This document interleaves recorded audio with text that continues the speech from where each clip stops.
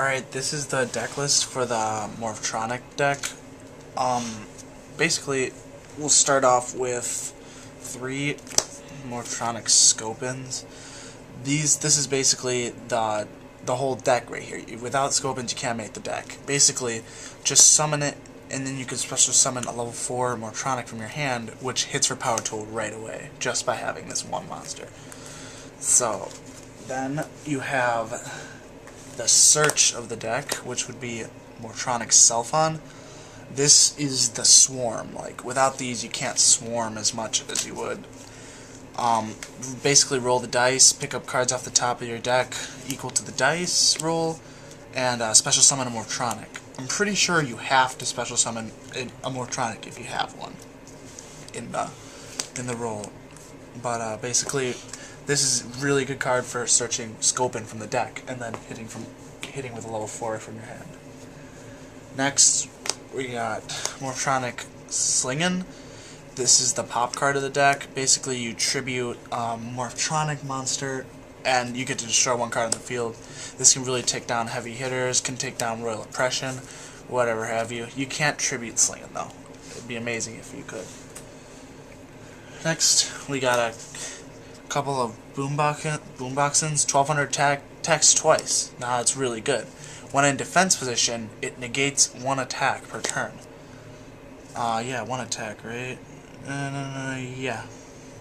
And that could be really useful if you special summon it with, what's his name's, Selfon's ability, if you're really desperate. Or if you attach a double tool C&D to this monster, it'll boost it up to 22 and it'll hit twice in 1 turn, really knocking your opponent. Next, 2 Radions. This is really good for the OTK of this deck, which is basically hit as many Morphtronic monsters on the field as you can, and then Borden. Swing for game, usually, if you have a number of Radions on the field. They increase all Morphtronic monsters attacked by 800. No Morphtronic monsters can be bottomless, which makes this deck kind of better, just because of that. But basically Radion, 1800 attack, no bottomless. Next, the OTK of the deck, Borden's. 500 attack, all Morphtronics can hit your opponent directly. If you think about it, that could really, really be useful if Radions are on the field and double tool C&Ds.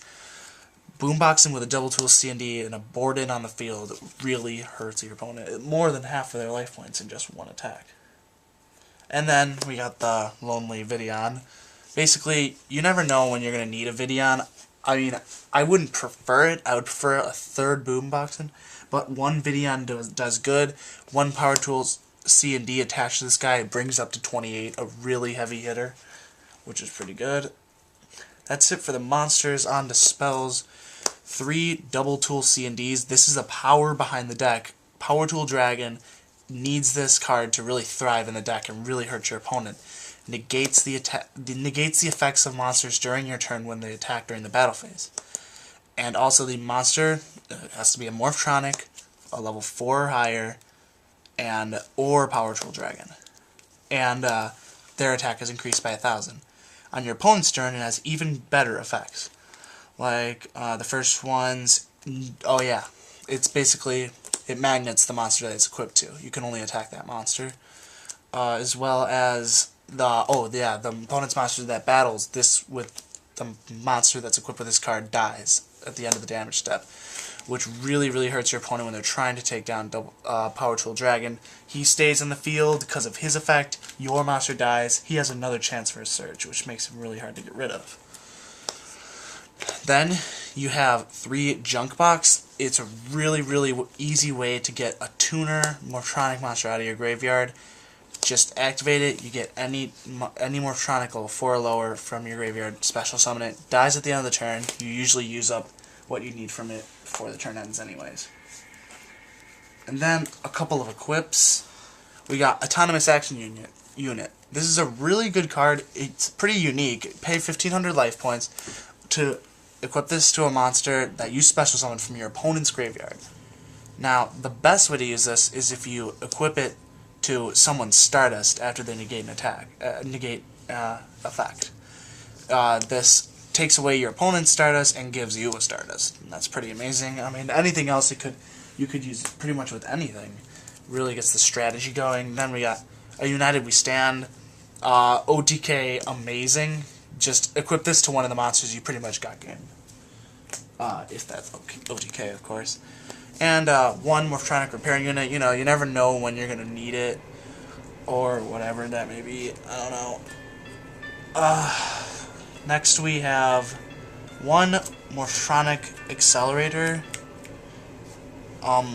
Basically, the new rulings say that you can't use... It says right here that return one Morphtronic card from your hand to your deck.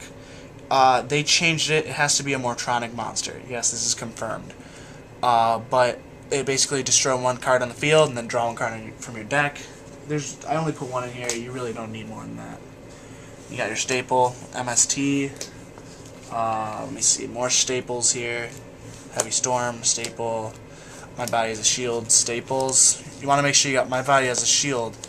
Really defends your lower level monsters, maybe Self-On, or maybe even protects Power Tool, for all you know. 1-for-1. An amazing way to get Self-On right out of the deck. It's really effective, and once you want to use that with Machine Duplication. Really, really good card. It can either get 2 Bordens, or it can get the more popular Self-On from the deck. Getting 3 Self-Ons can really, really mean game when you're trying to get Power Tool Dragon out.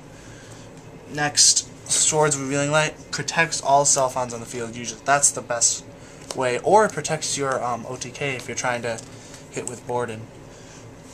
That covers the spells. Onto traps, you have the draw of the deck, which is 3 Reckless Greeds.